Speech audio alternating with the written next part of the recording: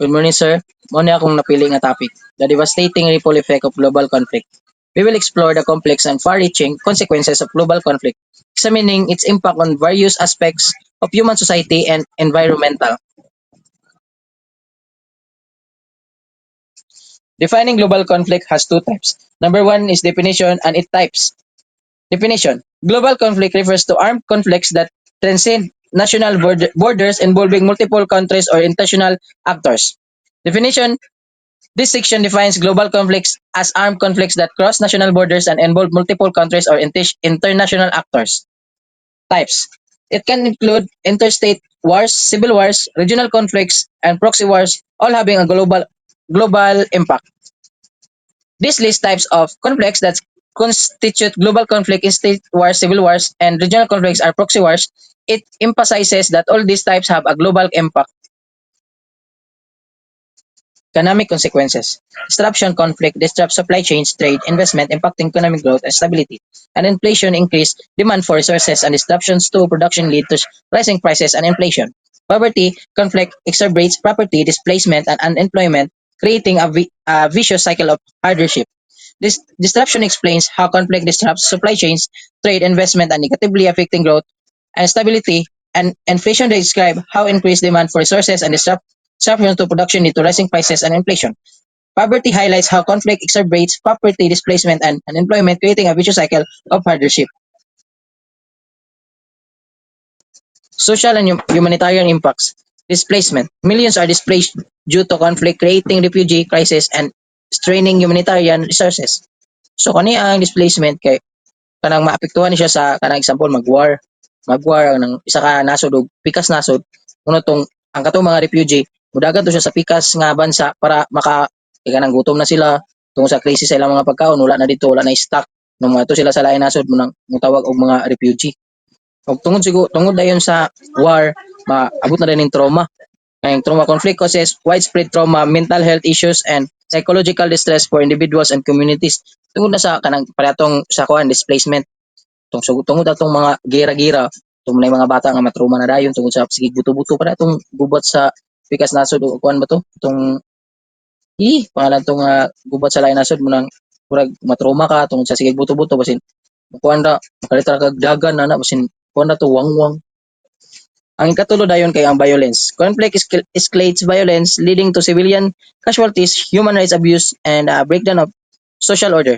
So, diri na dayon mo sulod tong mga nanay mang-rape ng mga sundalo, ng mga kontra, example, diri sa Pilipinas, na mga nga mga China. Kay, mang-rape ang mga Chinese sa mga Pilipino, mga violence, makakit sila, kanang ilang dapatan, kay wala ni kontrol ang atong nasod kay tungod sa gera, wala nila na kontrol ang tungod kay nga wala nag mga nangamatay na ang uban, mga nawala ng human rights kay grabe na nga pangabuso. Environmental tool. Number one, pollution. Military operations, resource extraction, and structure damage, pollute air, water, and soil. So, madamage ni siya once nga, example, magbutang og mga bomba, example, magulog ang bomba, kanang grabe nga impact sa bomba. Pare atong nahulog nga bomba sa Japan, ngadto damage kayo, pollute ang air, kay tungod sa radiation sa bomba, kanang mga ingana bitaw, madamage ang tubig, kay hugaw, ang hangin, tungod sa itong mga debris nga nagpagbuto sa bomba na ay mga chemicals, pollute muna na siya ang mga pollution mga guba nga building tungod sa pagira muna siya ang kuan din cause sa pollution. And ang kadua kay ang deforestation. Conflict leads to deforestation, habitat loss, biodiversity decline, disrupting ecosystem.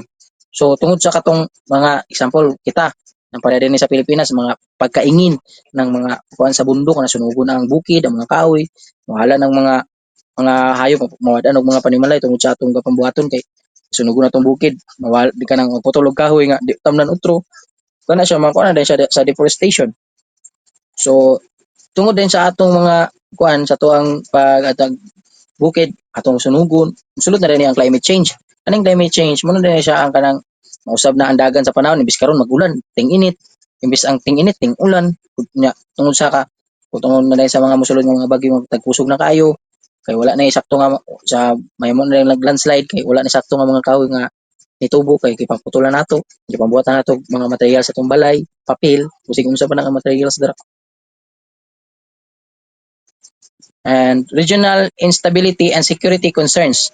Number one, weakened states. And number two, arms races. Number three, terrorism. Number four, human trafficking. And number five, transnational crime. Diplomatic and geopolitical implications. Number one, alliances. Global conflicts reshape alliances leading to new power of dynamics and geopolitical shifts. Kaning mga alliances, example, kung ikaw isa ra ka sa imong country, wa kay ka alliance o kay ka uban. Gan sige ka kung may tabo ang mga gira-gira kay mo tabang sa imo. So example, ang isa na alliance, so gansi ka kay di sila maudan og supply mga ilang kay nang lanon nga kuan kay naman sila yung mga kauban. Nya, importante gini kay para di ka magansi. Ang ikaduha kay ang sanctions. Countries impose sanctions which can have significant economic and political consequences. And number three, diplomacy. Diplomatic efforts to resolve conflicts become crucial in preventing escalation and promoting peace. Pathways to conflict resolution and peace building. Number one, dialogue. Open communication and dialogue are essentials to understanding the root causes of conflict.